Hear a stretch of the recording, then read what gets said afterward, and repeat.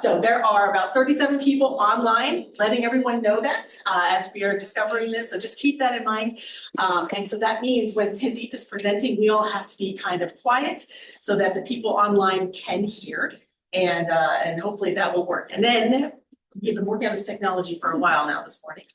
Hopefully we've got it all figured out, but just know every mic, consider it hot all the time. I'm Kelly, by the way, from the office. Thank you for driving in, for joining us. You know, coffee's in the back. Restrooms are somewhere outside. I don't know exactly where, but I don't think they're hard to find. Actually, I think they're on the other side of that open area. Yes. All right. Are we ready or do we still have a few minutes? I'm ready, but let's wait for JD. Brian. And thank you. This is Brian, the IT guy, who's pulling his hair out with us. So. Yeah, Brian, it's in our accounts. I shared it in the team chat.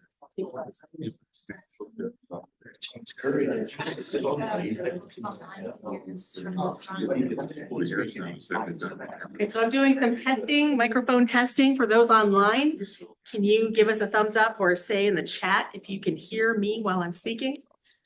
This is the BEAD forum for local government. Yes. On Monday, September 30th. Perfect. You can hear me.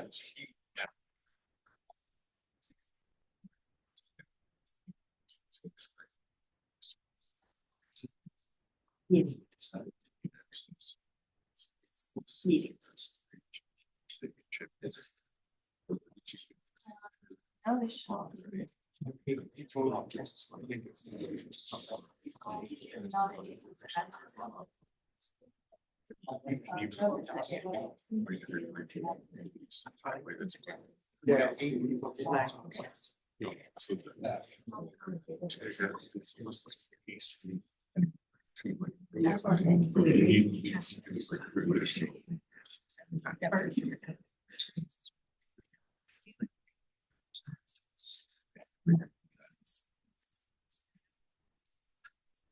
Yes.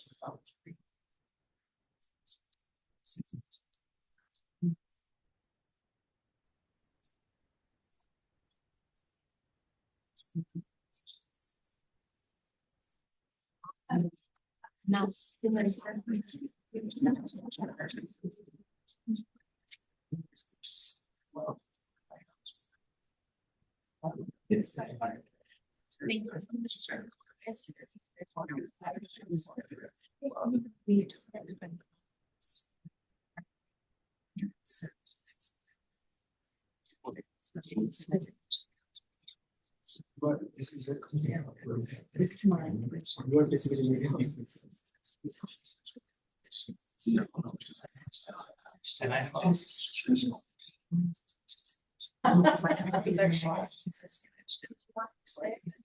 Did you want the stick? Yeah. If that wouldn't be long enough. Numbers. I think you're good to go. Okay. Raj is here. Iris. Iris is here too. Not serious. Okay. It's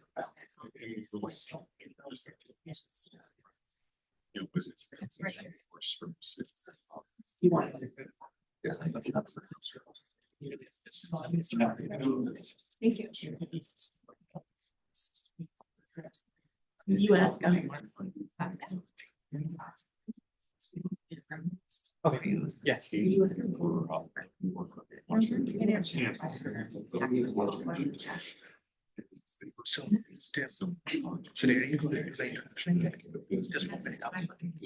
The science for Yes. Yes. There are some spaces in.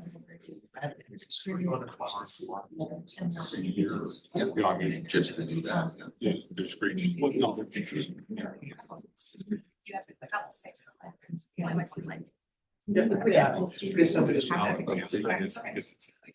Yeah. Yes. Oh, Yes, yes. absolutely.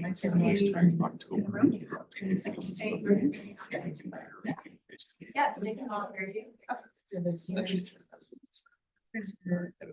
Ready? All right.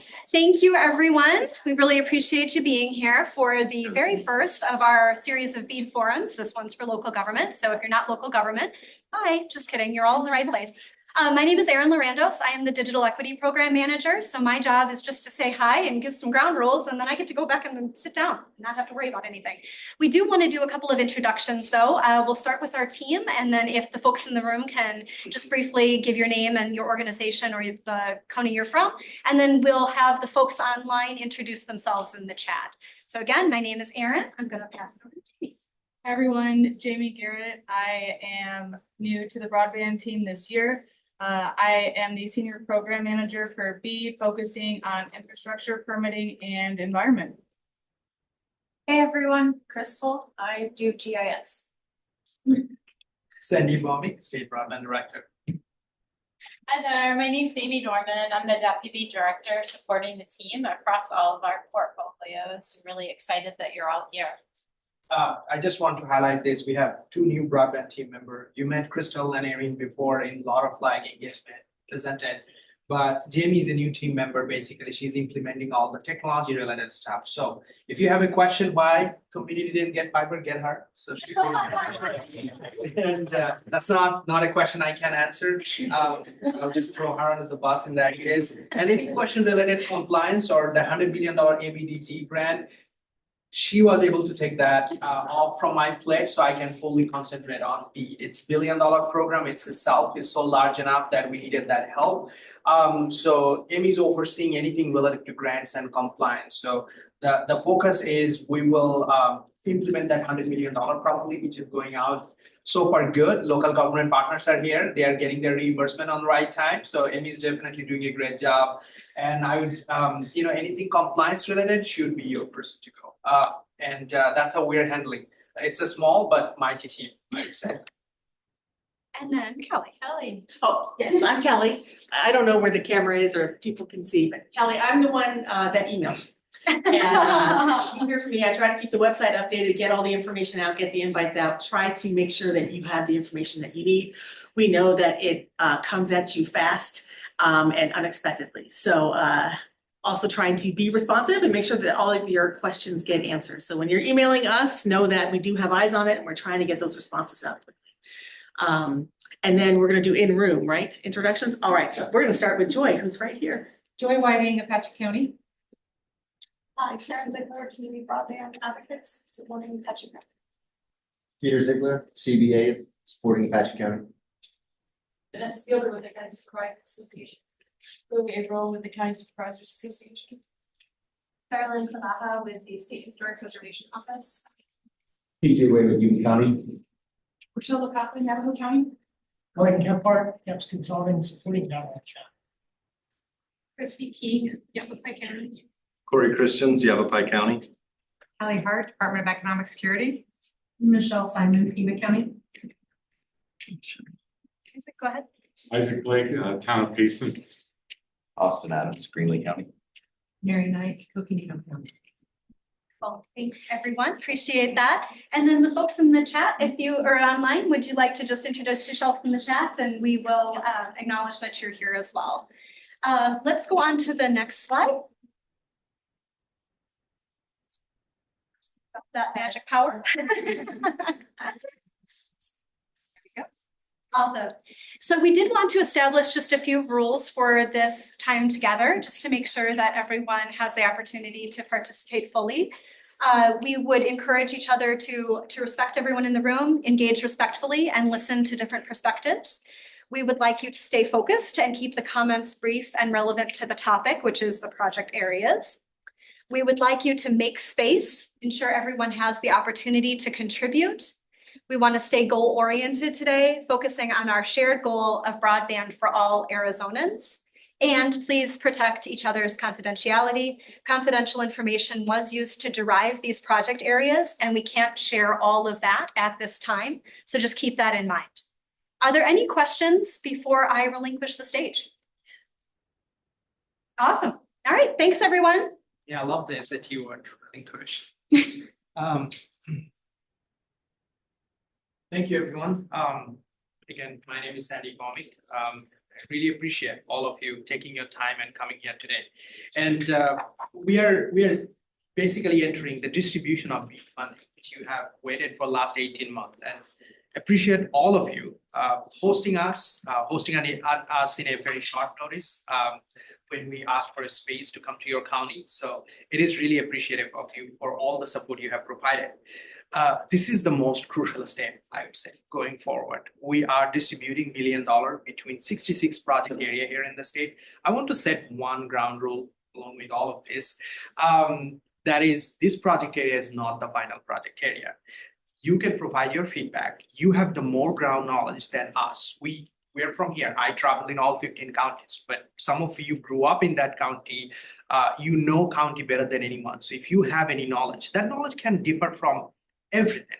It can be, hey, there is a red line crossing this thing. We tried to consider them, but we don't have all the assets or anything in our portfolio. It would be difficult to cross that red line. Could you please skew the project area based on that? Hey, there is a national forest. It might be difficult to get permitting. You might want to consider that.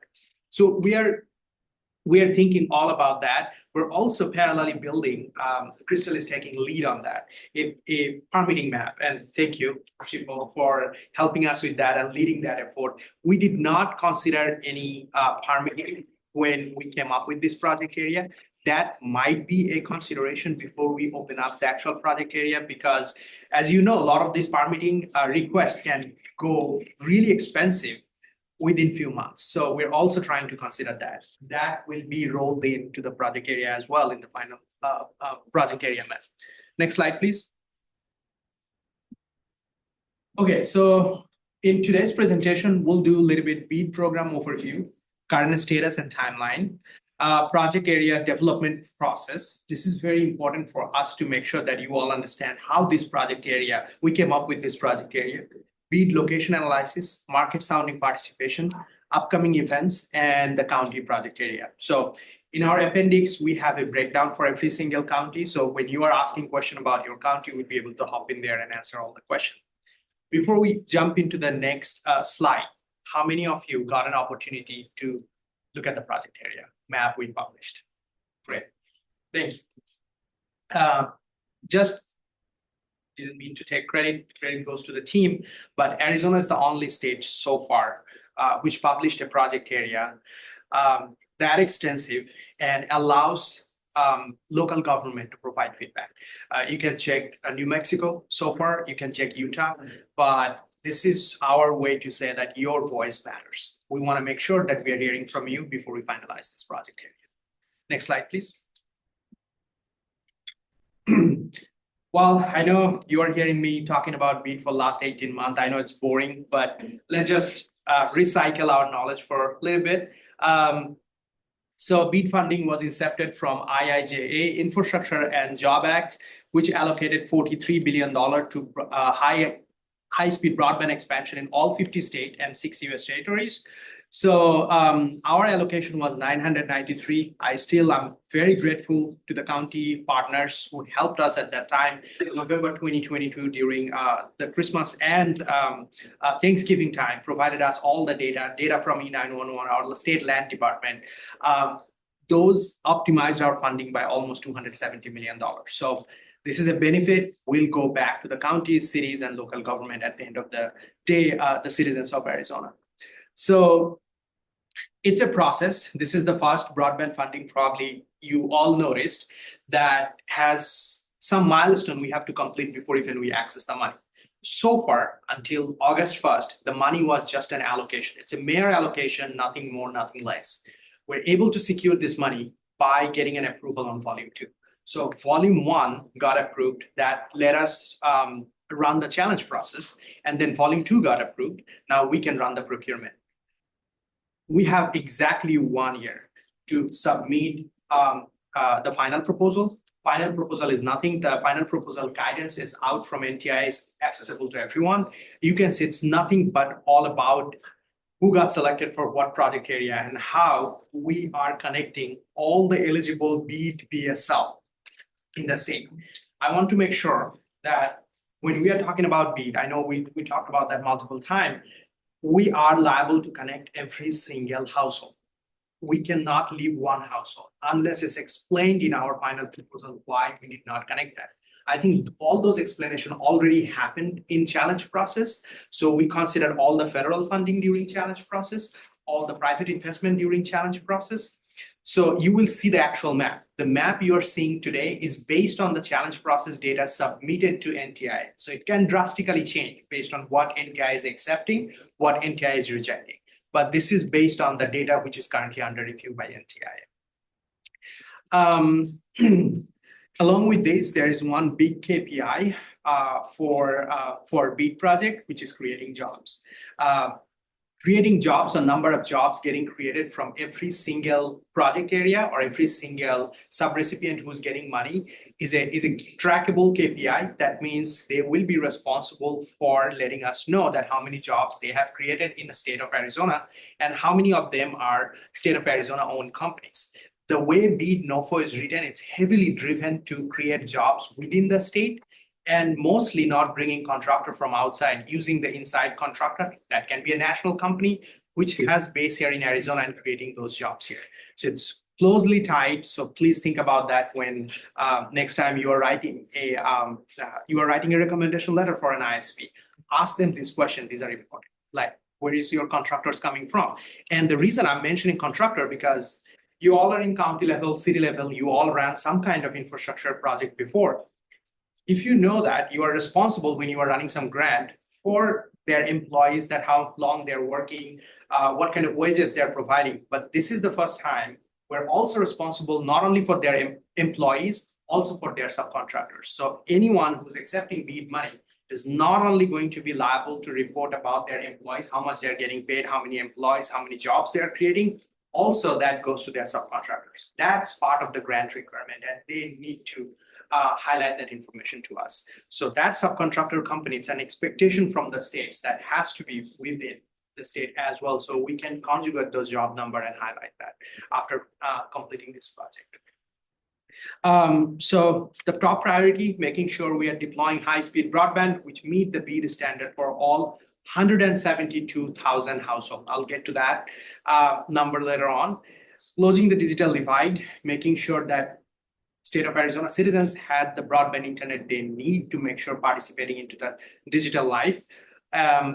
We also want to promote affordability. I know it's a big question given that ACP went away, but what's ahead of us? So you will see in our BEAD proposal there in volume 2, there is an option called low cost affordability plan, which makes sure that households which are under certain socioeconomic condition will be able to take advantage of that low cost affordability plan.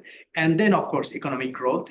Arizona Broadband Office is part of Arizona Commerce Authority, whose main focus is to create jobs, bring business here in state of Arizona. It's governor's goal to connect every single household by end of 2030, by end of the BEAD program. That can be a mix of all federal funding, that can be a mix of BEAD program and our own CPF funding, which is a $100 million investment.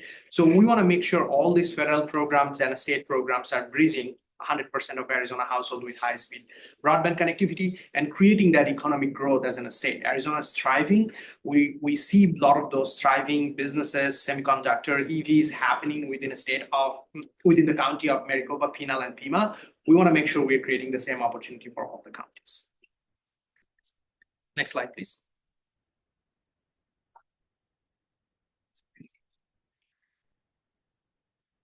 Okay. So here is a tentative timeline. You will all receive a copy of this presentation. I just want to make sure, please do not feel that this is the final timeline. It can change substantially. As of today, our proposal says that we are going to only run 2 rounds of application process. Recently, NTI came around and we are hearing that in a lot of states, they are able to run a 3rd round of procurement as well, just to make sure they're covering 100% of the household. So we might just squeeze another round in between this 1 year based on how many households we are covering. Just to summarize our volume 2, Round one is all about fiber. So the first round, when an ISP is providing us a proposal, it has to be 100% fiber. It doesn't matter where the house is located at. If it's on top of a mountain, that's fine. If it takes $100,000 to connect one household, that's fine. It has to be 100% fiber. Once they submit that proposal, and for any household that crosses certain number, if state has a threshold of household threshold on dollar values for per household, X amount of number. If someone crosses that X number, then it's going to all roll into round two. So that's the clear expectation out of this thing. So round one, all fiber, round two would be alternative technology, and round three most probably will be satellite, that which areas will be connecting with satellite. Our target is to connect less amount of house possible with satellite, but there are households which would be way too expensive to connect with either fiber or wireless, so that will roll into satellites. So this is the timeline based on what we have today. We'll have better timeline based on the day, time, and dates coming forward. Will be posted on our website, but this is what we have. So we are going to run the tentative project area for 45 days. We're on the market sounding phase right here. At the same time, we are going to start accepting pre-registration. So I want to clarify two things here. Market sounding and pre-qualification is two completely different things. So the BEAD eligible subrecipient, which means right here, they can be an ISP, can be a local government, can be a partnership between local government and ISP, tribal government. They will start registering themselves into our grant portal. We recently signed an agreement a couple of weeks ago with a grant management company, which will be used to not only manage the grant, but also will be used to distribute this BEAD funding. That means project area and everything. It's a very interactive tool, and hopefully you will all like it. It's currently being used in 17 different states for BEAD program and CPF program. So what the prospective recipient will do, go in there and start registering themselves. What is a registration or pre-registration? So when it comes to the any kind of infrastructure funding, what we have statistically noticed that an ISP applies for funding, they receive the funding, and then they start sending us all the compliance document. So there's always a hurdle there, getting all the compliance document out of them, like their last 3 years of tax return, their financials, so that they are viable to provide 10% matching. This happened actually. We learned it from our first-hand experience in our CPF. It was a struggle for a lot of ISPs to go through that process, give us this data. In some cases, and I'm telling you ground reality, in some cases, an ISP didn't even have a SAM.gov registration. And we had to basically navigate them that how to get that. So that puts our project in jeopardy. For BEAD, we're in a 4 years timeline. So federal government thought it through this time, and they came up with this thing called pre-registration. That means they cannot submit those documents later on. So they have to submit all those information in advance. Without the pre-registration, they wouldn't be able to apply for BEAD funding. That means their tax returns, their workforce plan, their labor certification, if they defaulted in any other state, who is their qualified personnel who will be working in the state of Arizona, all that need to be uploaded, reviewed by State Broadband Office, and need to be approved before even they apply for BEAD funding. What that does, that cuts off a lot of time on our end, and we'll be able to vet the companies who really want to apply for BEAD funding, not the companies who just want to apply because they want to apply or sense the market. So that is very important for us. So when you are selecting your partner to write that letter of recommendation, please ask them if they are in a situation or they already submitted a pre-registration request to State Broadband Office. That shows how serious they are. That shows what's their plan, and they're fully ready to go before BEAD funding opens up. I want to be very clear. Initially, when we wrote volume 2, we said that we are going to limit pre-registration kind of with the market sounding. NTI came back and says, no, to create equal opportunity for everyone, we're going to keep pre-registration open at least until 3 days before we open round 1. So we will accept pre-registration on a rolling basis, and we'll stop it 72 hours before round 1, so that make sure as many companies can participate into this process. Once we open the round 1, as per the BEAD NOFO, we cannot accept any more registration. We are talking about round 2 and round 3. I want to be very clear with our local government partner. There will be no more new registration will be accepted for round 1 and round 2. The companies who are participating into the registration process and getting approved are the only companies who can participate in round 2 and round 3, or if there is any other round we are running. So I want to be very clear on that. So these two are going to run parallelly, and at the same time, when you are providing them a support letter, that can also be uploaded during the registration time. So they don't need to wait until they apply for the final project areas. The final project area, tentatively, that opens once we get all the market sounding data from you and internet service provider.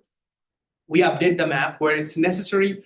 By that time, hopefully we'll have approval from NTIA on the challenge process data, and then we will release the final project area. The final project area release means it's the open of round 1. So for today, I think it's going to be December 1st. Again, sorry to ruin everyone's Christmas, and Thanksgiving at the same time. Unfortunately, we're in a 1-year shot clock, and we have to go through these rounds. The sub-grantee selection process, we kept it vague, as you can see.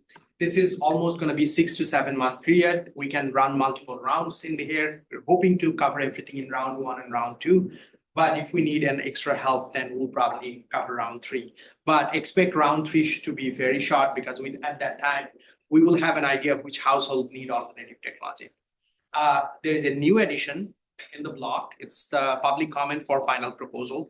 So we will publish a public comment period. The whole final proposal, along with the proposals we have received from the ISP. Some of the financial data will be masked because we cannot disclose everything, but most of those proposals will be posted to the website so that people can review it and they can provide our feedback. We'll keep 15 days before we submit the final proposal to NTIA, and that would be a 15 days process. So around July 15th, we are planning to complete our public comment. It will be open for 1 month. So around June 15th, you will see that final proposal draft version to be ready and posted on ACA website. Next slide, please.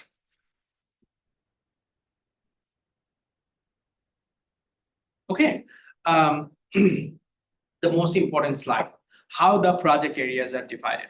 So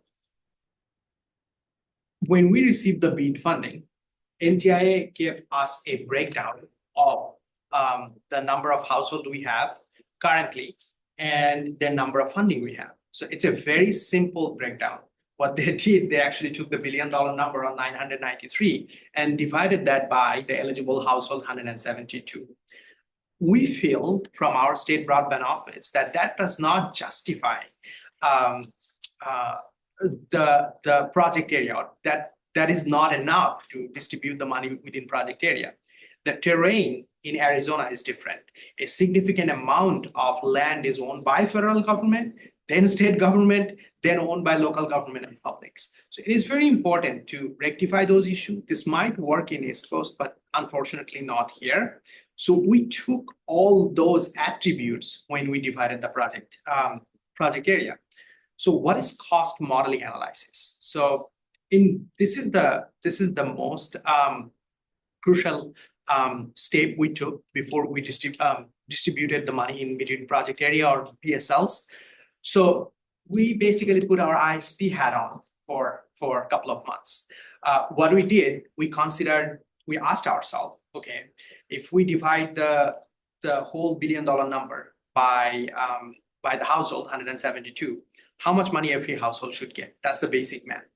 Then when it comes to the county, we went to each and every single county and looked at where the BSLs are. The first question, is that an urban county or it's a rural county? If it's a rural county, what's the linear density of the household? What's the terrain situation? Is there any permitting hurdle we have? So we put the permitting layer map on top of that. The federal permitting, not a state permitting yet. That's what we are collecting right now and hopefully would be implemented. A permitting application can be very costly. So we used historical data. We also used the Department of Treasury's data that what is the actual salary for these positions, what we needed or ISPs needed in that particular project area. So we counted every single thing of that. Also, we looked into the project area, every single county, and we tried to find out if there is an ISP already available. What is the competitiveness from, if there was no grant funding, how interesting that area would be for an ISP to go without any government subsidy? We thought about those things. We wanted to make sure that we are utilizing this project area before all the data before we publish this project area. So based on that assessment, as we promised before, that our tribes would be its own separate project area. So we kept all 22 tribes separate and then divided the county without crossing the county boundary into multiple other project areas. So that's how we came up with 66 project areas. Again, that was our analysis. Happy to take a deep down with every single county, what happened in their county, what we used, what we didn't use. In a lot of counties, what happened, we used the ABDG data. The $100 million funding we funded 2 years ago, that shows pretty quite like significant resemblance that how much money we're spending in every single county. But we had to stop there because the ABDG fund was lower than BEAD. So we calculated an inflation on top of that, look at the area, look at the terrain, and kind of tried to replicate that model in every single places. So when you are looking at the project area, you will see that we didn't, again, cross the county boundary, still within your county. But we're happy to take a deep dive with the counties and talk about where the BSLs are and everything else. One thing probably you noticed in the map that we took off all the federal funding. What you are seeing currently in the map is just BEAD eligible household. If you turn on the federal funding map on top of that, you will see a lot of BEAD and RDOF are quite intertwining with each other. That is one of the reasons we divided the project area. I know RDOF is a big concern for a lot of folks. We try to divide the project area in a way, in case, God forbid, something happens to RDOF, one of the RDOF project goes away, we still have enough leverage in future. We can spend least amount of money that can be funded by federal government or any other funding, maybe state funding. We can build this network. So that is our target. So we are building as much fiber as possible. So in future, if there is a default or something happens to any of this project, the cost is very minimal to build all the households which is affected by the default. So that was also considered into the project area. After doing all this assessment, we used socioeconomic index. So we took the census data and we saw what's the socioeconomic condition for every single area. You might ask yourself that, well, how does that important? How is that important? It is not only important from the affordability standpoint, it is important from the matching standpoint. If an area or a part of the county or city is socioeconomically not in a fair condition, it's a fair choice, then their affordability will be impacted. That means the matching of that grant would be also impacted. If an area within Pima County or within Maricopa County or Pinal County, there are pockets.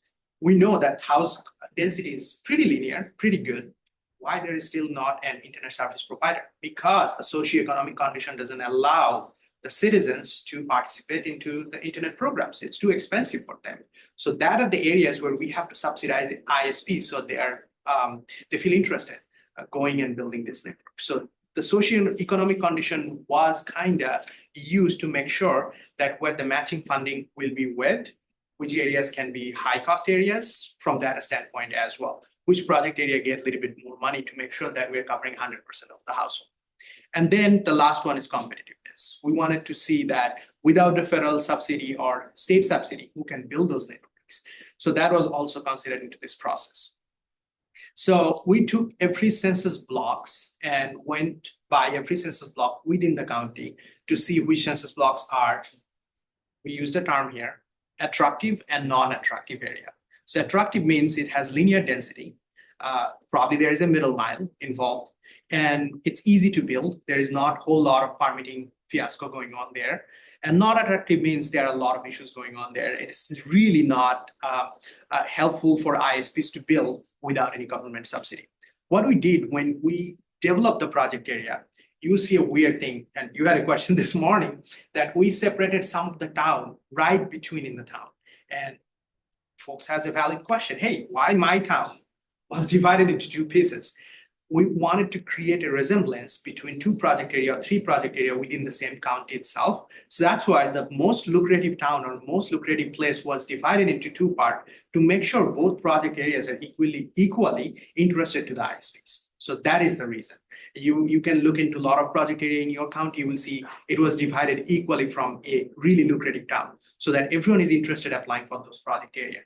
If we go non-linear and just keep all the interested BSL or all the optimal BSL or attractive BSL, as we say in a very short sentence, then everyone will be interested in the attractive BSL project area, not the non-attractive one. So we designed it in a way so that everyone is interested in both project area. I also want to clarify, within a project area is as per the BEAD no fault and as per our volume 2. If someone is applying for a project area, they are liable to connect 100% of the household within that project area. If they say we are leaving, an ISP says we are leaving these 10 households behind, no, that application will be dead on arrival. So just an FYI.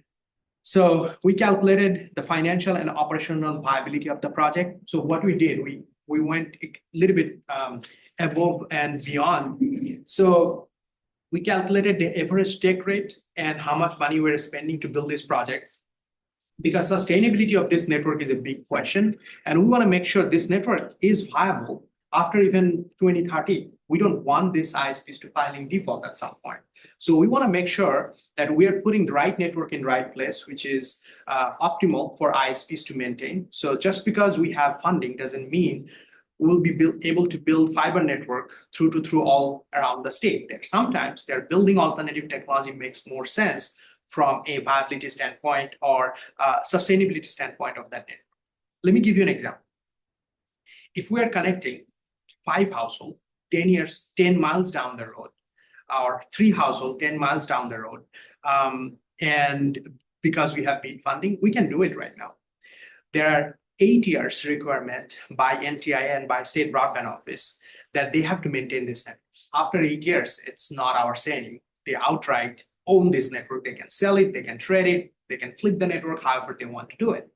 Suppose after 8 years down the road, there is a storm or natural disaster. The pole fall apart, like the electric pole, the internet connection is going through, and no one is fixing that network. You will see more and more going forward after 8 years because it doesn't make sense for the ISPs to manage those networks. It becomes costly for them from a technician standpoint and Sorry, my computer shut down.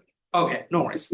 From technical standpoint to manage that network. So we're also taking those data seriously and making sure we are building a network which is easy to manage from ISP's standpoint. But that doesn't mean we're not building fiber to those areas. We'll most probably build it and then come up with a solution. How can we make things more affordable? That's why SCP is very important so that household can participate into this project or into this internet connectivity. Otherwise, without the SCP, it would be very costly.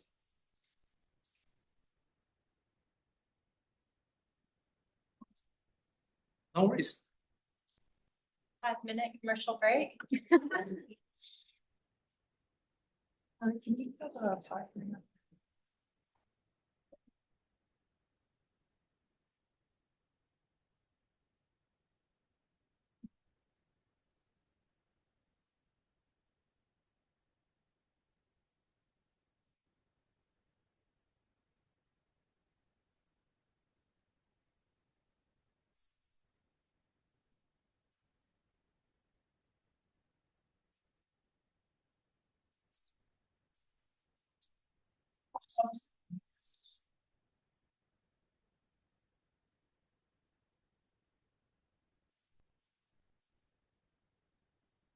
Everyone's in the room could do an impromptu story time if you'd like. Central is fun.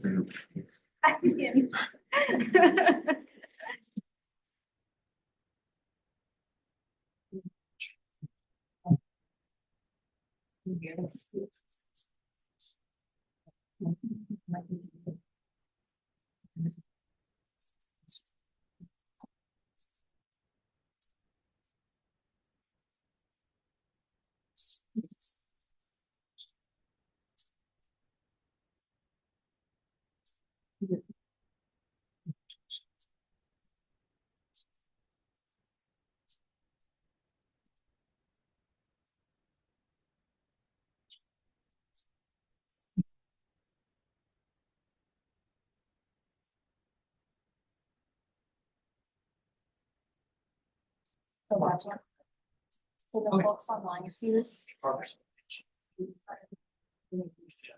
Can everyone see our slide online? Share.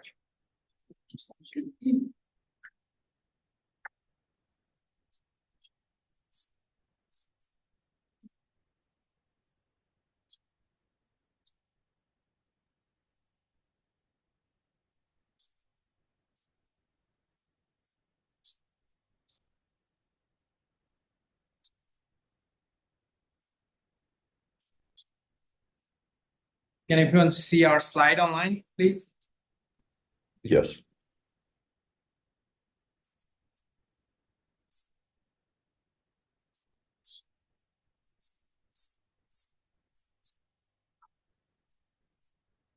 Maurice? Okay, now we're good. Now we're good. Okay. Well, that give me some time to take rest. Okay, we're back. The last point. How many of you remember in this room, where did we started our BEAD journey? How many households we had? When we got our BEAD funding awarded to us, quote unquote, in 23rd, 23 February, after that White House event. Anyone? Take a wild guess. 320,000, yes, almost there. 320,000 household was eligible for BEAD funding after that. So of course, the challenge process forced us to go back and redraw the whole map based on the federal funding. And we have a federal funding breakdown in next slide, so we'd be able to show you what country got affected, how much, and what are the programs. But currently, we have 172,000 households currently eligible for BEAD, and we still have the same amount of money. So when you ran this number, as you can see, if you have more cash on hand for less amount of household, the project area would be costly anyway. There is a 25% requirement from the ISP standpoint, which they need to provide before even they bid on a project area. So we tried to keep our project areas around $50 million or less than that. So we are creating equal opportunity for all the ISPs so that they can apply. If we kept the whole county together, some of the project areas for some of the county with higher amount of broadband serviceable location is coming around $160 million. It's quite impossible for an ISP to even apply with that 25% baseline. So we tried to keep the project area at least $50 million or less than that. This number, based on the household level and each and every single project area, will be published with round one. So when round one applications open, it's going to be open map, and you will be able to see how much money every single project area investment we are talking about and what is the matching requirement. I also want to highlight one thing, that during the pre-qualification, the ISPs will be liable to give us their funding security document. That means the matching requirement or their matching approval from the financial institution in advance, so that we can vet them that they can provide this kind of matching for the project area they are applying. Next slide, please.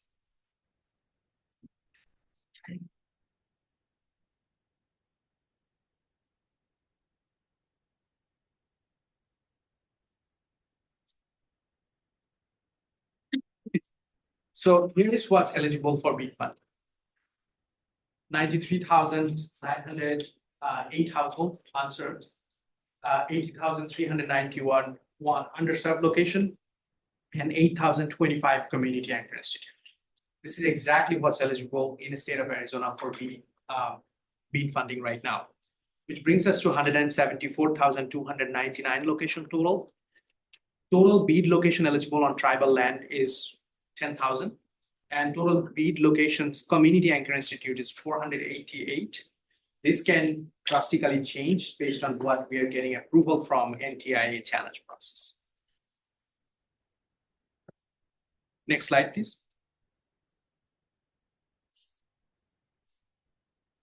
Okay, so this is a breakdown of community anchor institute data for every single tribe, counties including the tribe, and counties excluding the tribe.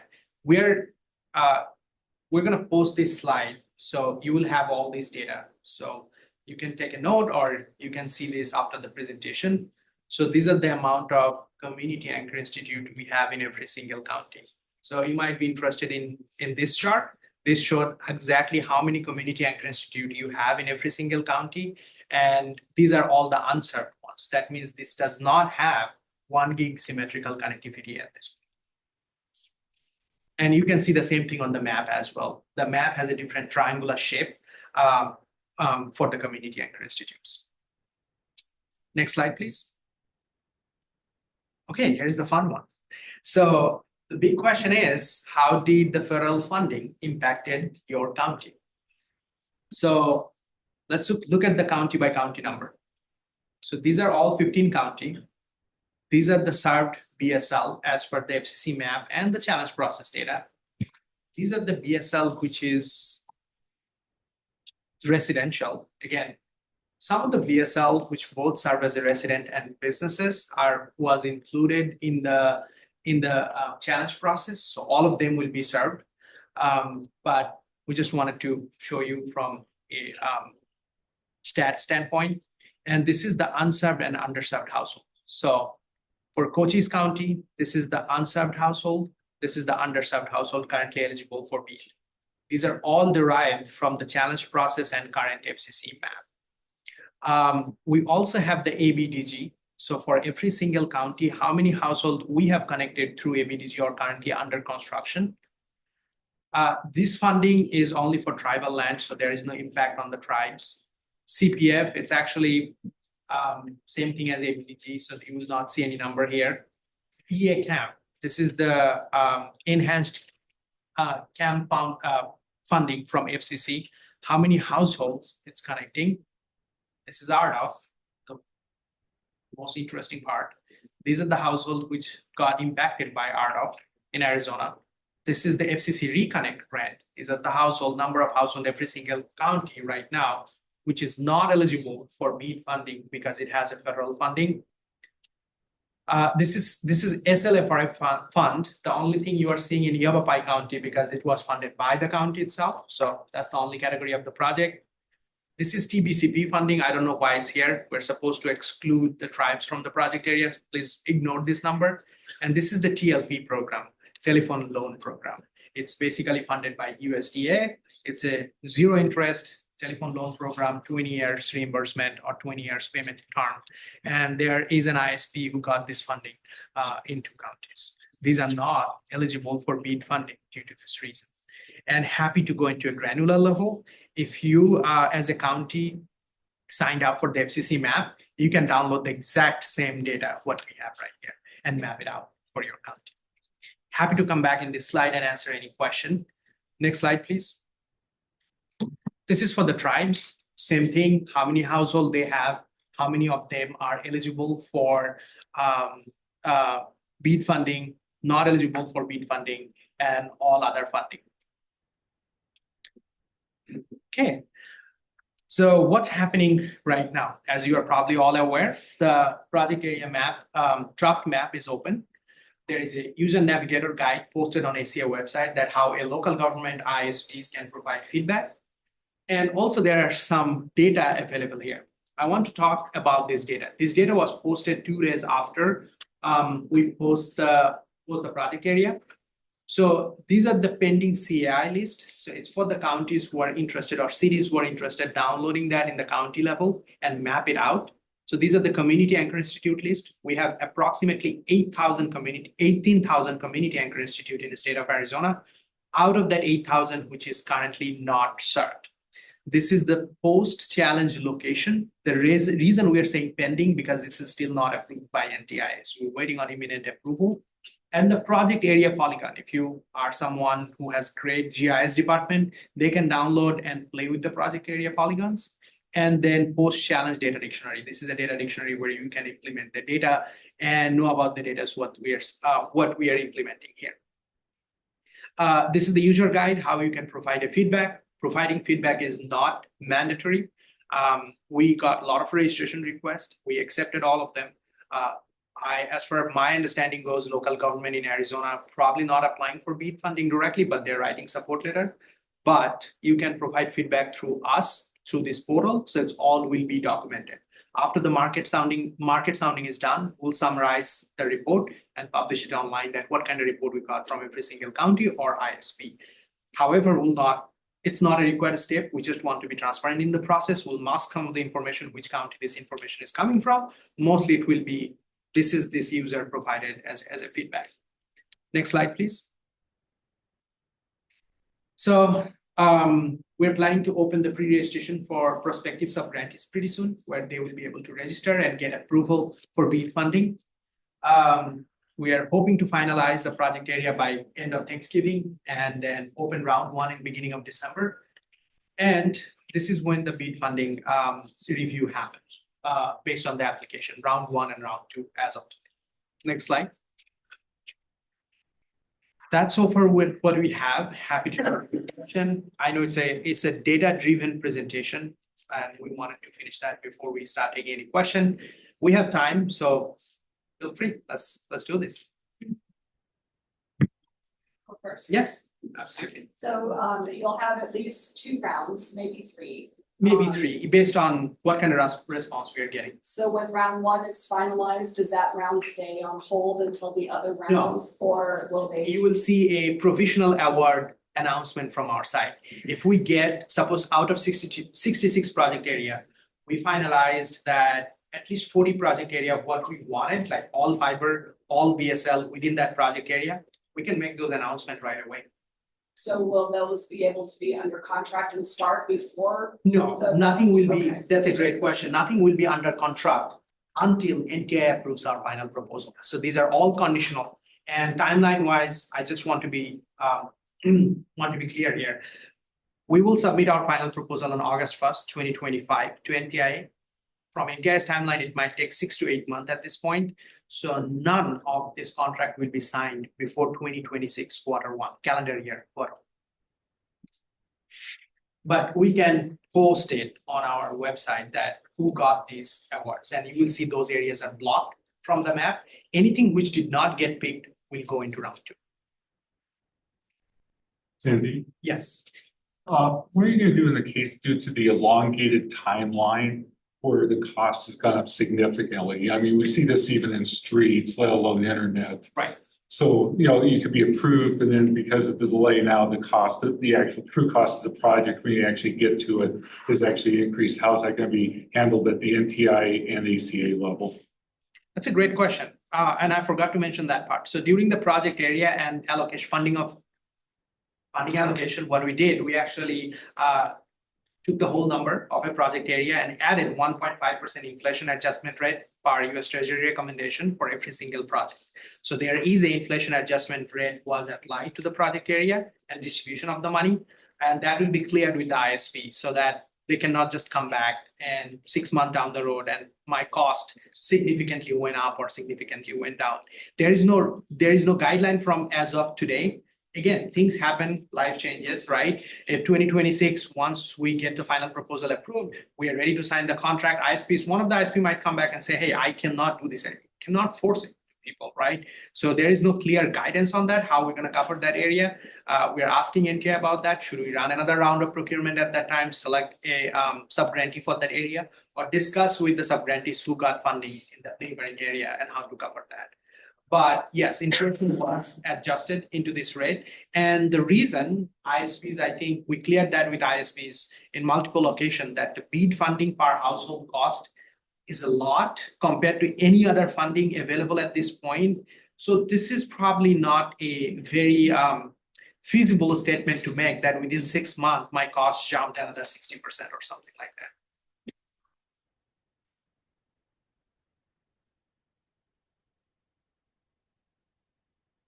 Question, yes.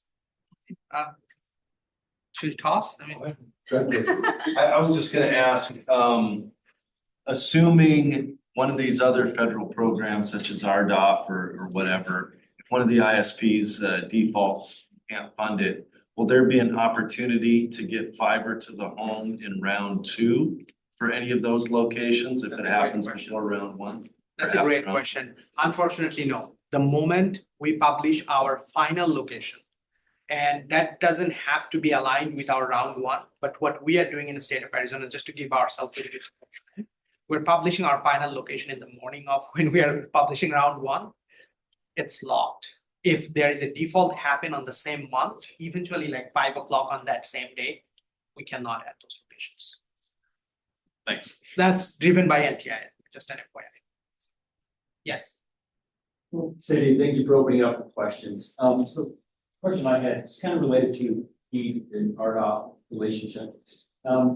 Is RDOF providers have Can we go back to the county slide? kind of spread out across counties? Yes. Spread out in different areas. And they're eligible as well to apply for the BEAD grant money in areas that are not covered by their RDOF program. Right. Does that create a competitive advantage for those providers compared to other ISPs, and how do we get to incentivize other ISPs? That's a great question. I mean, I'm not sure if I can comment on the competitive advantage, but what I would tell you that we have a total 4 RDOF provider here in Arizona. 2 of them are fiber to home RDOF provider. One is Connexon, both in Apache and Naval County. One is Cox, which is in Pima County, a small portion, only 1,500 household. And other 2 is Geolink and Resound. Geolink and Resound historically provided a fixed wireless connectivity. Out of that, all 4 RDOF provider, 3 of them are interested in applying for BEAD funding. I don't want to spell the name. And we have clarified that to the providers that Arizona BEAD funding will be driven by fiber. So they have to change their model or historical business model to make sure they're applying for fiber. Round one will not accept any application based on technology driven, which is fixed wireless. Now, question is, does this provider who has RDOF funding in particular counties, if they got BEAD funding, is that going to be a competitive advantage? Yes, because they're basically going to use BEAD dollars to fill the gaps on middle mile and then build RDOF from there. It's not guaranteed because BEAD funding, it's 25% matching. RDOF is a completely separate business model. RDOF doesn't require any matching or anything. It's a 20-year reimbursement period. So BEAD is different. So it has to be competitive. Just because something makes sense in a county or they have business advantage doesn't mean we're going to award them that grant. So it will be mostly be driven by the matching fund. The scoring is set by NTIA. We just like 75% of score directly came from NTIA. The other 25% in our volume 2, NTIA gave us 6 options, we picked 4. So technically the scoring was completely prescribed by federal government. So within that scoring, if they win BEAD funding, yes, why not? But it's highly, highly competitive in this case. But also one thing I want to tell you, during the project area, building fiber all across the county probably does make sense. And here is the reason. If for some reason, if we are building a lot of fibers and most of our RDOF areas are really intertwined, as I said, if RDOF goes away, the cost to replace RDOF or any project area or census block would be very, very minimal. We created an overlap map that shows that at least 80% of the RDOF census block has also BEAD eligible household because the RDOF didn't want to add any locations post 2020. So we added them on BEAD and those households will have BEAD funding. Now, density of those census block, if we're building wireless network, we don't have to wait for RDOF. The household can subscribe, right? If we're building fiber network, you will have fiber connection going across in front of your street, probably 20 feet from your house, but you are not eligible, right? If the ISPs wants to connect those households using their own personal dollar, we're fine with it. It's up to them, right? So you're trying to build a network in a way that it's very cost minimized for them going forward. An ISP who got BEAD funding will be more interested in building those households using their private dollars. So just wanted to clarify that. That's one of the reasons we designed the project area this way. Thank you. That's a great response. Thank you so much. Just for a follow-up, with ISPs, they were to cross over BEAD areas which would not be eligible for BEAD fund, or RDOF areas which are not eligible for BEAD funding. Could they contribute whatever their cost is in that scope as match? third one? No, they are not. Okay. But they are most welcome at the same time when the construction is happening. If you want to build those small 20 feet to connect that household, which is impacted by RDOF, use their own money, they're most welcome to do that. Yes.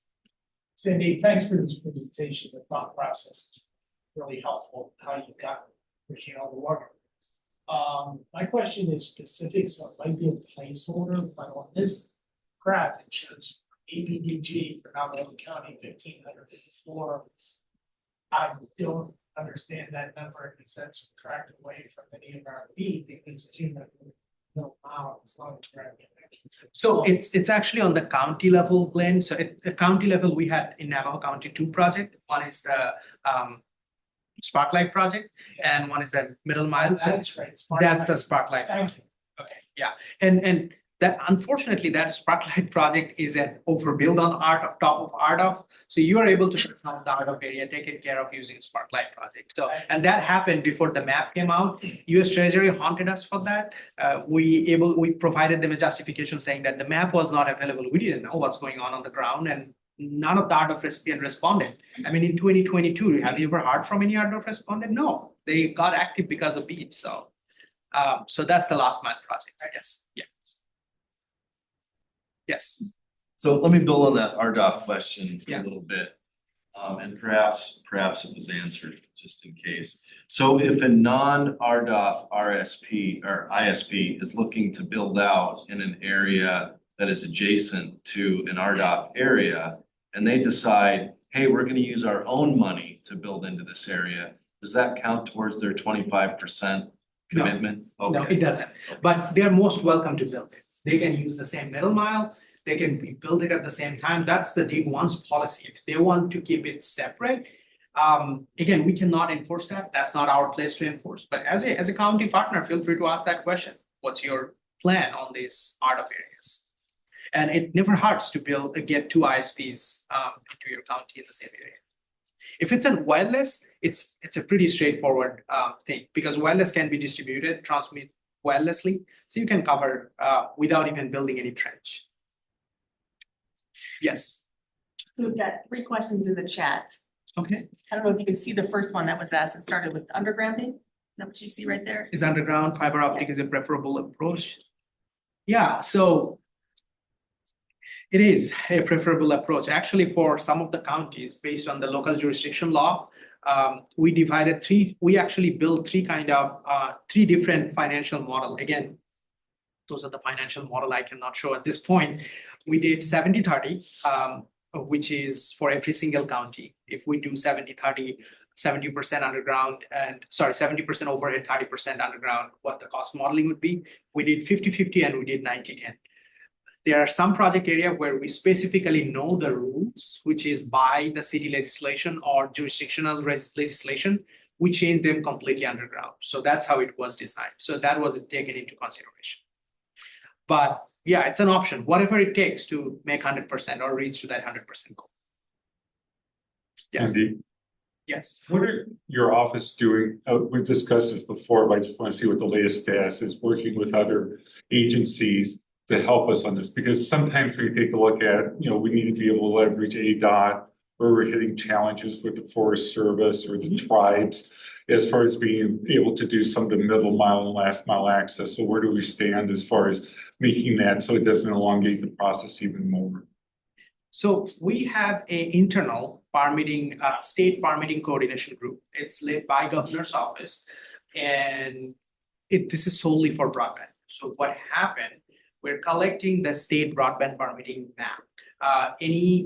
Not all the agencies on the same page at this point, but we are taking any data which we have available. Federal government shared their permitting map with us. We're trying to build something like that for the state as well. And this is a lengthy process.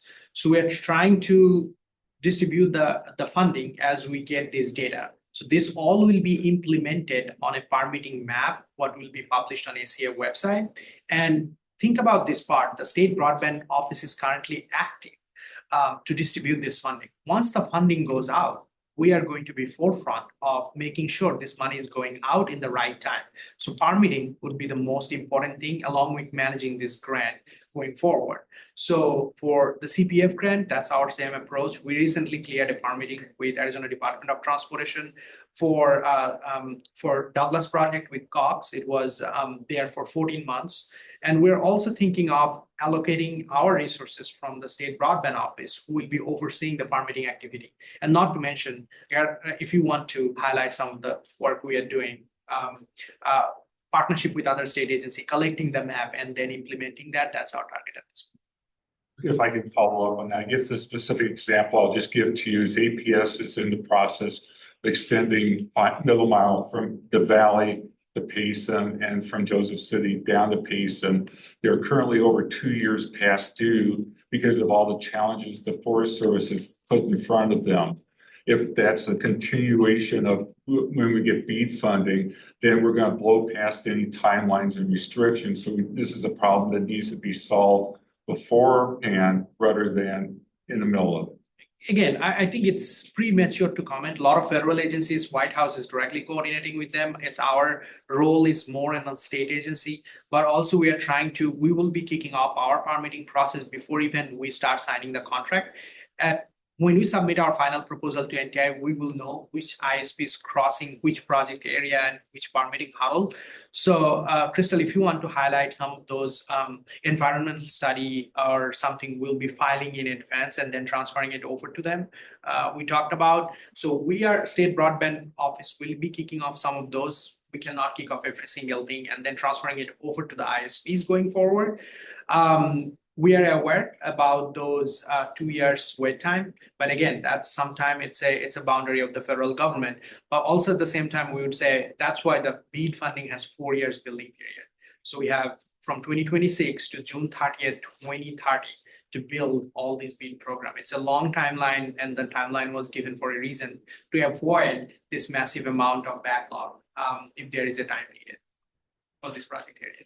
Yes. I've got questions in the chat. This is from James. It's 3 questions in one. Yeah. And first one, what project area is Sedona located in? The map shows some ineligible locations. How will they be managed? Will they be covered by BEAD or excluded? If it's eligible on the map, if I can remember correctly, I think Corey can help us with that. Sedona was divided into 2 pieces actually. That was the same logic was used to make sure there are lucrative areas in both project counties. Sedona is lucrative. It's everyone wants Sedona. I mean, just from a neutral standpoint, if we didn't even have BEAD funding or BEAD funding didn't exist, Sedona will still be covered because there are a lot of private interest in there, as we heard from different ISPs. So it was divided. Good thing that it's eligible so far today. That's how the challenge process data was optimized and submitted. If NTIA does not approve that, so that will change the outlook of the project area, but it was divided into 2 project area. If there are some household in Sedona which is not eligible for BEAD funding and it's marked in the way, that means it will not be eligible. And as far as I remember, there is very few households in Sedona currently as of today which is not eligible for BEAD funding, because some of the areas which is on top of mountain was able to use their own funding to drag a fiber line from Lumen and was able to build fiber to home, use their own funding. I think it's approximately 50 to 60 households on top of mountain. Other than that, pretty much whole Sedona is eligible for BEAD funding as of today. Please do make sure as of today. We don't know how challenge process will impact that. That was our assessment. We submitted to NTIA, and NTIA is the sole decision maker. Have a lot of other states had their challenge process data modified substantially by the NTA? Are you expecting? Yes. So it's our agreement, basically us versus them. I shouldn't say versus, they're great people to work with, but it's our justification versus their justification. Yes. You made mention about environmental assessments, and the NEPA and NHPA requirements of NTIA are significant. Yes. How is ACA going to support internet service providers to make sure that these areas are built out? Permitting aside, this is a big requirement. You guys want to take that? Yeah, I could add in, we are making it a requirement to have the NEPA checklist completed before receiving BEAD reimbursement. So that is one way to ensure it's completed. And we are providing resources to direct ISPs in the right direction. If there is an ISP that has already, been established that is a BEAD subgrantee, they would also have experience, but we are there to help and guide and review the checklist. So that's essentially, I think, the best way I could explain how we're gonna assist that and try to help streamline it. You wanna add the permitting consultant we're thinking at this point? Yeah, we'll have a consultant as well, check with or assist with the NEPA checklist and also local permitting. So I think that is going to be the quickest way basically to get through everything, along with our partnerships with the local and state entities that we've already started. Can I follow up on that? Absolutely, yes, please. I only bring this up because of what Pima County is doing right now with the middle mile grant and the things that are required. And there are a lot of cultural resources in Pima County. And many of the providers, and I'm not saying internet service providers, contractor, do not understand what is required, particularly with Section 106 of the NHPA and what they have to do. And I would really hate to see a project not be completed by 2030 because they fail to understand the importance of what has to be done. And so I don't know how we can communicate that. So we're hoping to publish, we've kind of gone back and forth on the timeline, but I'm advocating for getting this permitting map up and running, along the same time that NTIA is approving our final proposal. Because on that map, it's gonna have all of the resources and it's gonna have all of that federal data. And then it's gonna have hopefully all of the state data that we can share. So really what our plan was, our timeline was to start these conversations with the federal agencies now. I know there's like some misconceptions about, we have to know what the project areas are. We have to know where the fiber is gonna go. You do, but we know where the BEAD eligible locations are. And so if there are locations on federal permitting authority boundaries, we can start those conversations now, say, hey, what kind of obstacles do you foresee? Can we build fiber on this side of the highway, or are you gonna tell us to build it on the other side? So if we start those conversations now, we can figure out what those obstacles are, communicate it to the ISPs. But as far as, we kind of know what the most expensive permitting pieces are gonna be. That's when you have to actually assess and have to have that piece of land on federal agencies, like you have to go and purchase that land. So we're hoping to, if we can identify those obstacles first, communicate that to the ISP, they have to do the checklist. I mean, there's no way of getting around that. So we're gonna hopefully walk them through each of those steps, but ultimately they're in charge of permitting, but we'll be here as a resource for them.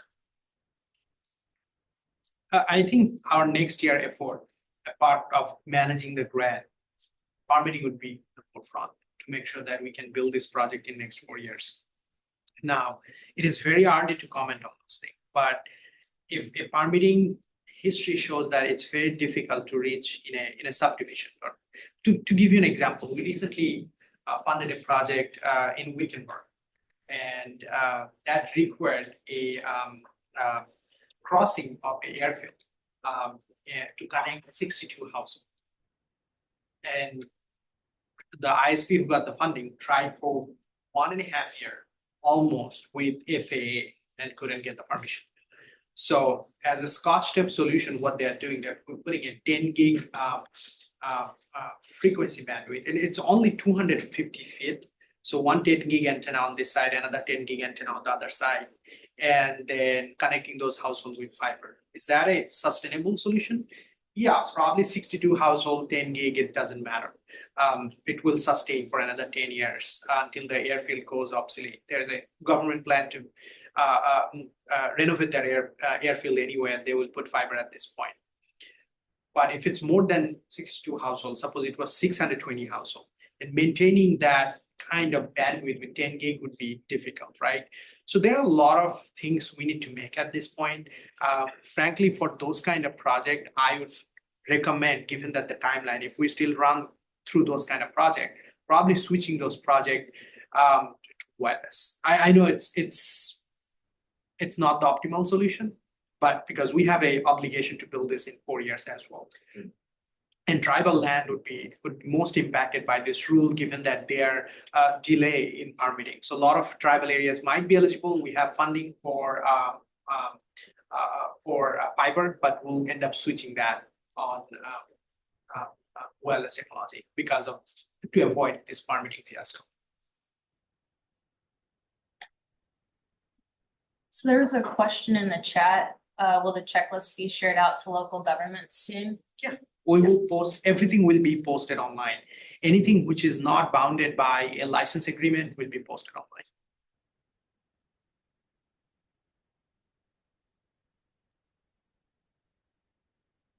So for phase one, it's priority fiber. So can an ISP submit for both fiber and wireless solution within that project area? No. Or are you Only fiber.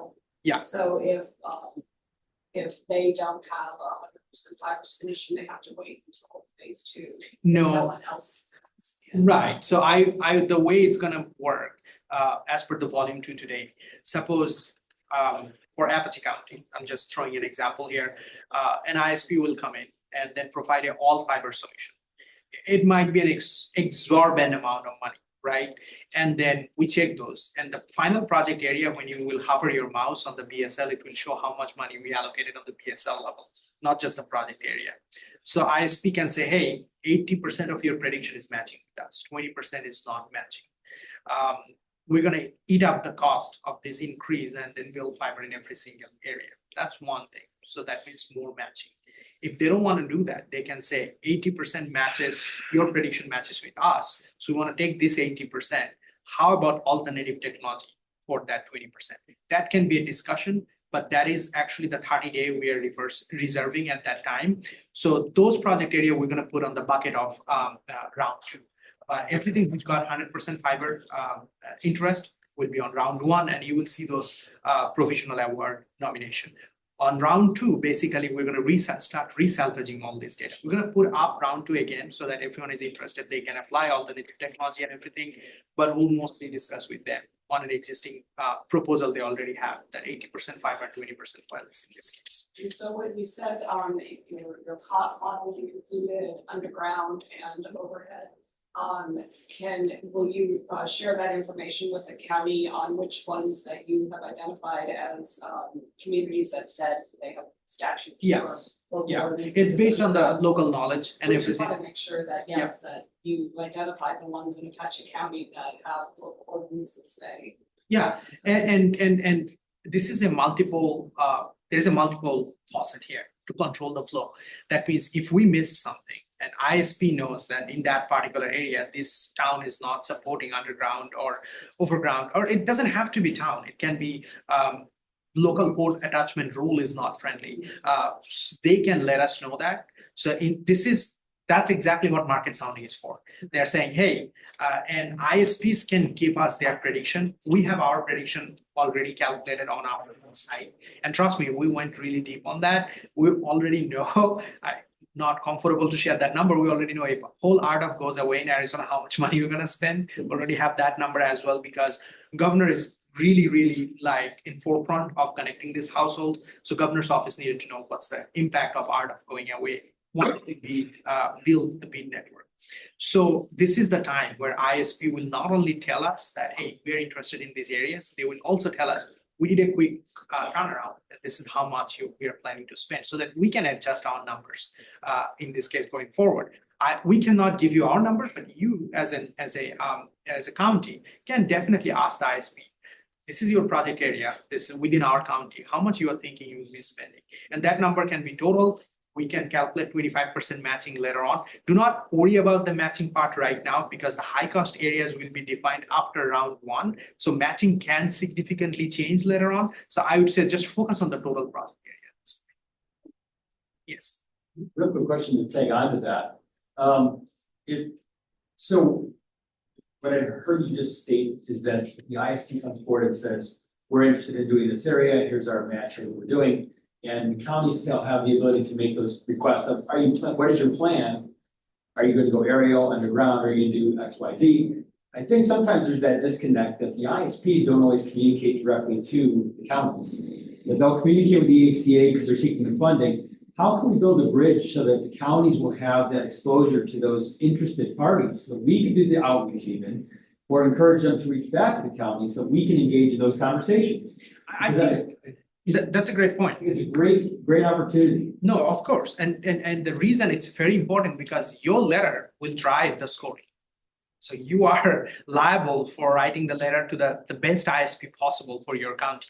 So that shows your commitment, and you need to know there is a reason we give that power to the counties and the local government nonprofits going forward, but mostly on the counties, because given that the sheer large size of the project area, you have full right to ask them that. And we will encourage that behavior as well. Yes. Are you able, by chance, maybe you don't have the time, pull up the map and just sort of walk through some of the features of the map, you know, the Yes. project areas that we could be looking at? Absolutely, we can do that. Sandy, Yeah. while she does that, I have a question in the chat that was answered, but I just wanted to share it. It says, I recall from a while ago that local governments could apply, but that they would need to be able to provide services that an ISP does, meaning they would need to partner with an ISP to apply. I may have this wrong, or things may have changed. Can you confirm? Absolutely right. Local government can apply. It can be as standalone. It can be with a local electric co-op. It can be with an ISP, however you want to do it. Please do note the rule to get a pre-approval is same. It doesn't matter if you're a local government or an ISP. If you have that 25% matching, 3 years of tax return, finances are clear, you have the right people on your side, why not? And trust me, I mean, I think our office will take the credit. This is first time in Arizona's history, electric co-ops are registering for this map. So things are going towards positive direction. Arizona historically never had an electric co-op who's interested in being a broadband provider. So 3 or 4 of them registering for this thing, that's a big win. Okay, do you want me to drive this? Yeah, or you please. All right, so I'm gonna start at ACA's broadband page. If I go to BEAD, you'll see this new subdomain called market sounding. This is where all the market sounding information sits. So in here, we've got the link to the broadband navigator. We've got some FAQs. This is pretty good. This is pretty new. So frequently asked questions regarding market sounding in the BEAD program. We've got the navigator user guide, and then the link to the navigator. And then if you have a GIS team, they're more than welcome to download this data and pull it into their own system so you can view that and analyze it that way. So if I go to the navigator link, similar to the challenge process, you're going to want to sign up. You have to be a registered user in order to comment. So you can go ahead and do that. You'll go to the sign in piece right there, and then request a new account. So I'm just going to skip that part.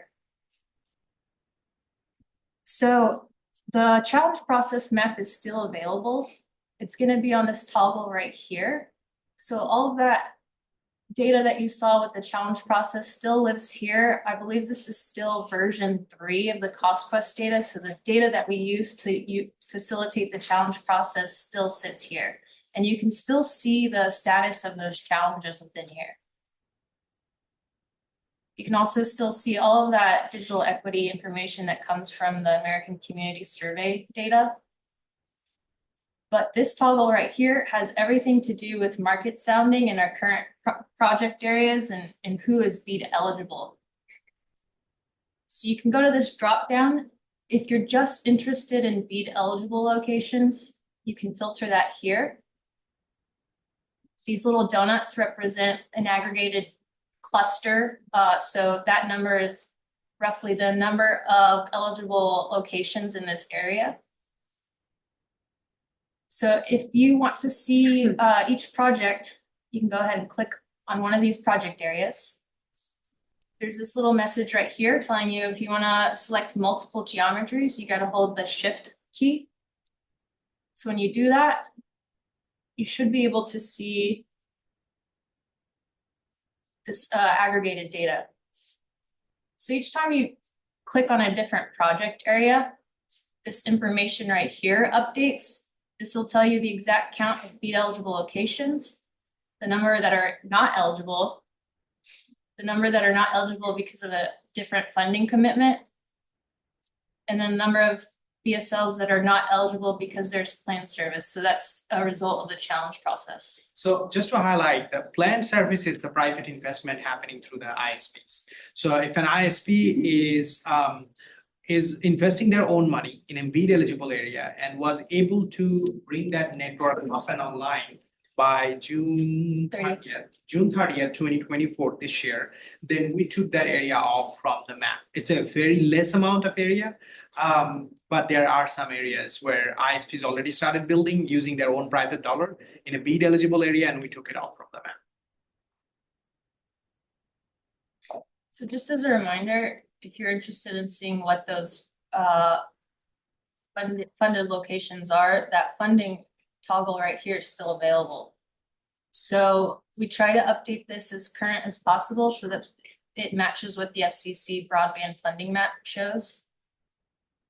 And you've got your legend right here, so you can see which areas are funded in making those locations not eligible for BEAD. There are a couple of programs that don't provide 100 by 20, so that's taken into account, and those are still BEAD eligible.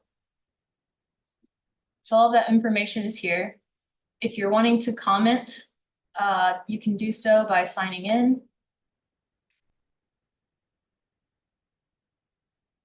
And once you sign in, you have the ability to start commenting and downloading data from here. So if you click on a project area, you can download the data. It gives you the choice to download either a CSV of all the locations or a GeoJSON. So the GeoJSON file is a GIS file. It has tabular data. So everything that you see, all this data right here that you see in the navigator, it also pulls that too. So you can submit comment here. You can upload files. This was a pretty big request. So like if you have detailed information about why a project area needs to be changed, you can upload that here for us. And you can add all of your comments here.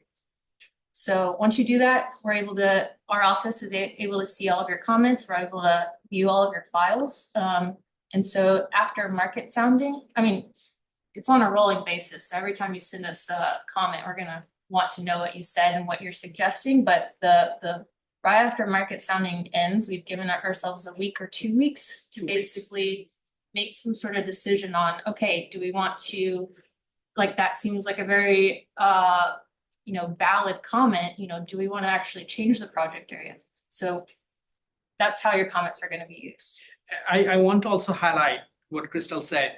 Sometimes your comment as a local government may be very, very valuable, but please do understand our hands are tied too. If the ISP is saying, no, we don't agree with that, our target is to make sure by end of the final proposal, we have 100% of the Arizona area is covered, the BSLs. So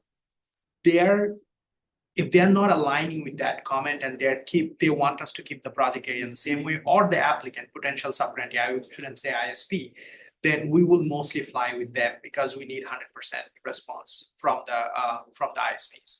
So I think it would be a great point, Priya, going back to your thought process, kind of like discussing that with the ISP, what your thought is, and then kind of align them as well. Give them an opportunity to come tell you why exactly their idea doesn't align with your idea. This conversation needs to happen, and it's just not a conversation solely with ACA. I think this is a three-way conversation. Yes. Is there a couple multi-point question here, but is there a layer that shows the county boundaries or yes. the underneath fabric? Because it becomes a little bit difficult to know exactly where you're at without zooming in, and then by the time you zoom in, you're Yeah. lost. Absolutely. So the easiest way to display that information, it could have been done here, but you're gonna sort of lose your bookmark if you have to select a different project area. So what we did is we just made this available through a toggle. So if you come back here, you can still see that county outline. You can change the boundaries. Tribal boundary is supposed to be in here. Every time we do a new update, it somehow gets removed, so we'll get that added back. But you can see, you can basically filter any of these geographies. So subdivisions, these are all data that's pulled from the Census Bureau. Tracks, if you're interested in blocks, which is what we use to come up with these project areas, you can see all of that data here. And then if I Wasn't there on the eligibility tab, wasn't there an option as well? not on the eligibility tab, not to filter the boundary, because this is just pulling the number of eligible locations per project area. We had to limit it just so that we're not breaking any of our CostQuest license agreement. If we start giving you all the aggregated data, you can figure out what's going on there. So we don't want to give our secret sauce away, but you can filter here too. So if you're interested in a particular county. There's a question, Crystal. Yes.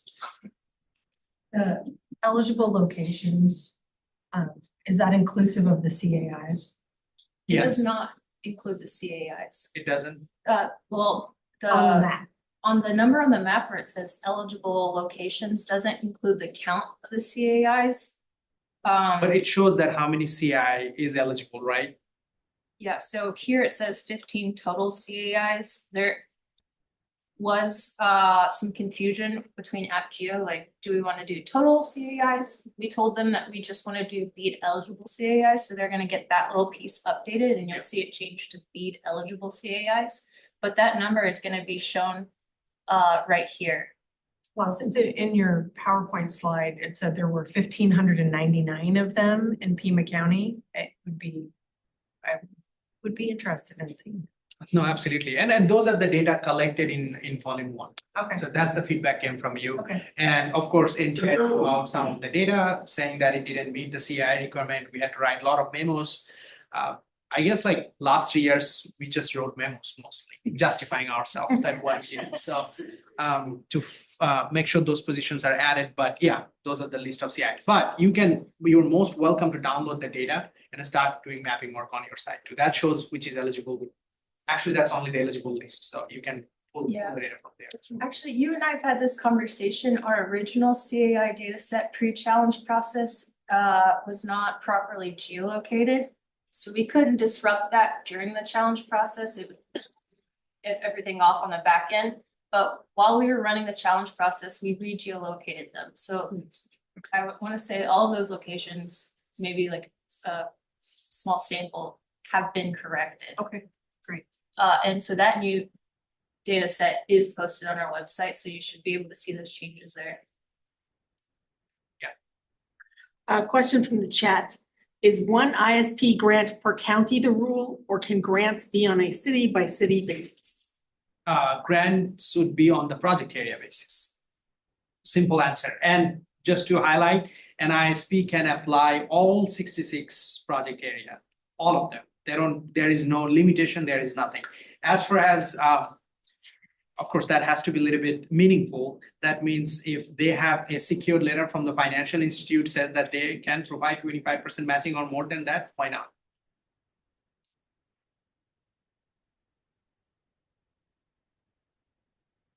Yes. I think we can get back to the conversation around the comments that government should be considering submitting.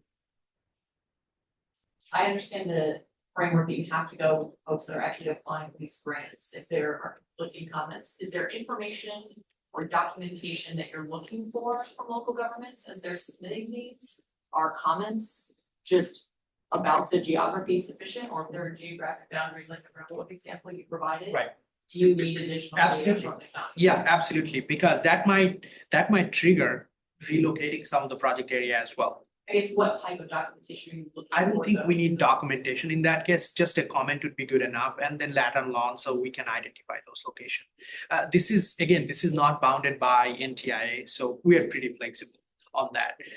And going back to your question, I think this is very important next 45 days, and we've already passed 7 days, for ISPs to start reaching out, and we're gonna highlight that in tomorrow's event for the ISPs, talk to your county. Because you will be needing their letter, and that letter can be uploaded as soon as we open the pre-registration. So they should reach out to the county and start talking. That was gonna be my other question, and you backing up what DJ was saying, is are you all pointing them to the specific jurisdictions, point of contacts within the county? Yes. Okay. Yep. So that would be our highlight for tomorrow, because pre-registration time is here and they have to start uploading all these letters and everything.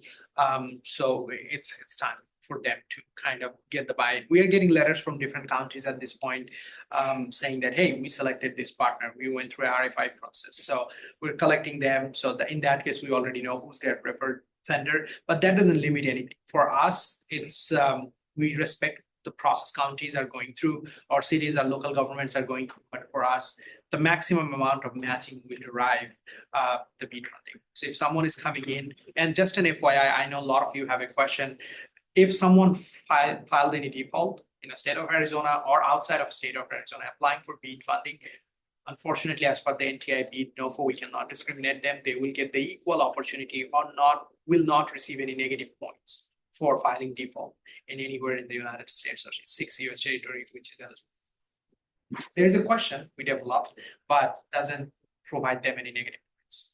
So for the letter of support, Yes. Is it the points awarded to a letter from a county or a local government, or So does it have to come from the county or from a local jurisdiction? it can be both. So the reason I think we are more focusing on the county level because of our engagement with the county and our overall idea of keeping project areas in the county level. I mean, when we said county level, we said that within the county, we're not crossing the county boundary. So the letter of support can work in two ways. One is letter of support from counties, and then cities where the certain project areas crossing, so that can be one. And then the next one is just the county itself. So it can be anything, but it can be a combination of both. And they are liable, ISPs are liable to collect this letter. You can send us a copy of that, most welcome to do that, but they will be uploading that into the system. Yes. Question on the timing, number of counties waiting as late as possible, so there's as much information as possible. Right. Before giving the letter of support. Based on your current timeline, I'm thinking that middle of November is not too late. No, it's not. It's not. As far as, look, they need to be all pre-approved before would they start for BEAD funding. So 3 days before the BEAD funding starts, we're gonna close the pre-registration. And if we have 5 ISP at that time, those are the ISPs, and we'll keep posting those ISPs who got pre-approved at what date, and we'll post it on our website. So They don't need the letter of support for the pre-registration. no, they don't, but we are encouraging them to do that so that we're getting all the administration stuff out of it. So at the end, when they're applying for funding, they're only submitting the map data and financials. All right, we've got 10 minutes left. There are no more questions in the chat. Any other questions in the room? And just an FYI, you as a local government can write different support letter for different project area. The opportunity is abandoned here. If you feel like ISP X has a better plan for project area X, you can write a support letter for them. If you feel like different project area, ISP Y has a better plan, you can write a separate project area. You can write multiple support letter for multiple ISP. If you feel like both of them are doing a good job, let them bring fiber in your community and let them compete between each other. You're most welcome to do that.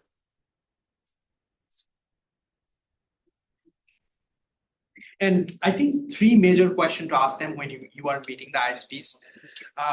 One is, what do you think about the project area? How many households you think that you will be connecting within this project area, within my county, directly to fiber without using any alternative technology? So that's a big question.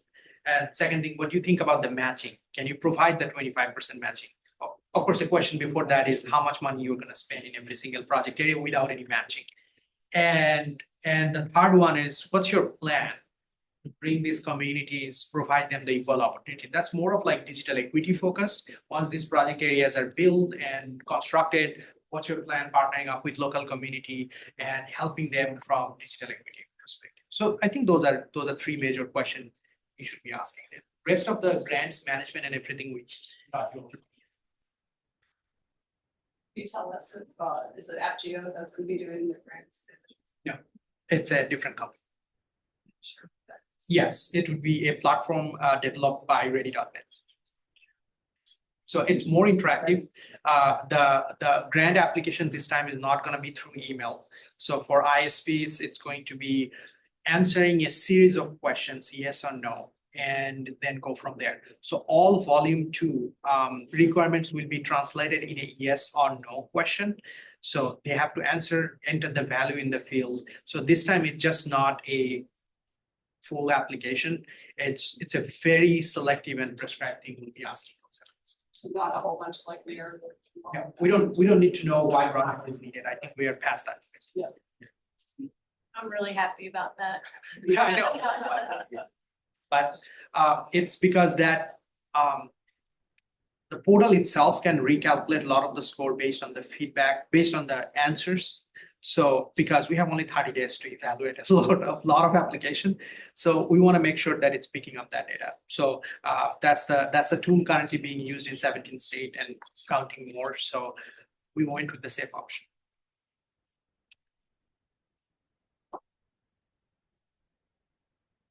Okay, I think our next steps are to send this presentation. This will be emailed to everybody who participated. The recording will also go up on our website. And internally, we are working on finalizing. You'll see at the top of every slide is draft for discussion purposes only. We are still trying to finalize things. And so we just ask for your flexibility as much as possible. I'm sure you're used to this by now, but the dates, the information, constantly changing. We're just trying to make sure that we are getting everything in, following the rules. So all to say, we will be in touch, and I believe we'll be having some webinars as well, resuming those monthly webinars. So if not more often, and you can stay tuned for that information via email. And I think the last request I would say from the county standpoint, please ask the ISPs you are endorsing so that they can come talk to us. Every ISP has an option. They can set up a 2-hour call with us. Before even they submit market sounding, we're giving them an option to bring in their team, talk to us about the project area, tell us why they don't agree with us within the certain project area they are interested in. They have a lot to discuss with us, and this 45 days is the only time. So please ask them to come. If you're endorsing someone, their main next step should be in sync with both with the counties, local government, and ACA Broadband Office. Okay, I believe that's it. Thank you, everyone. Thank you. Yes.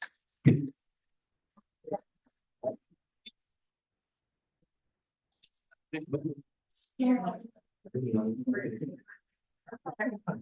very nice night, Jen. Oh,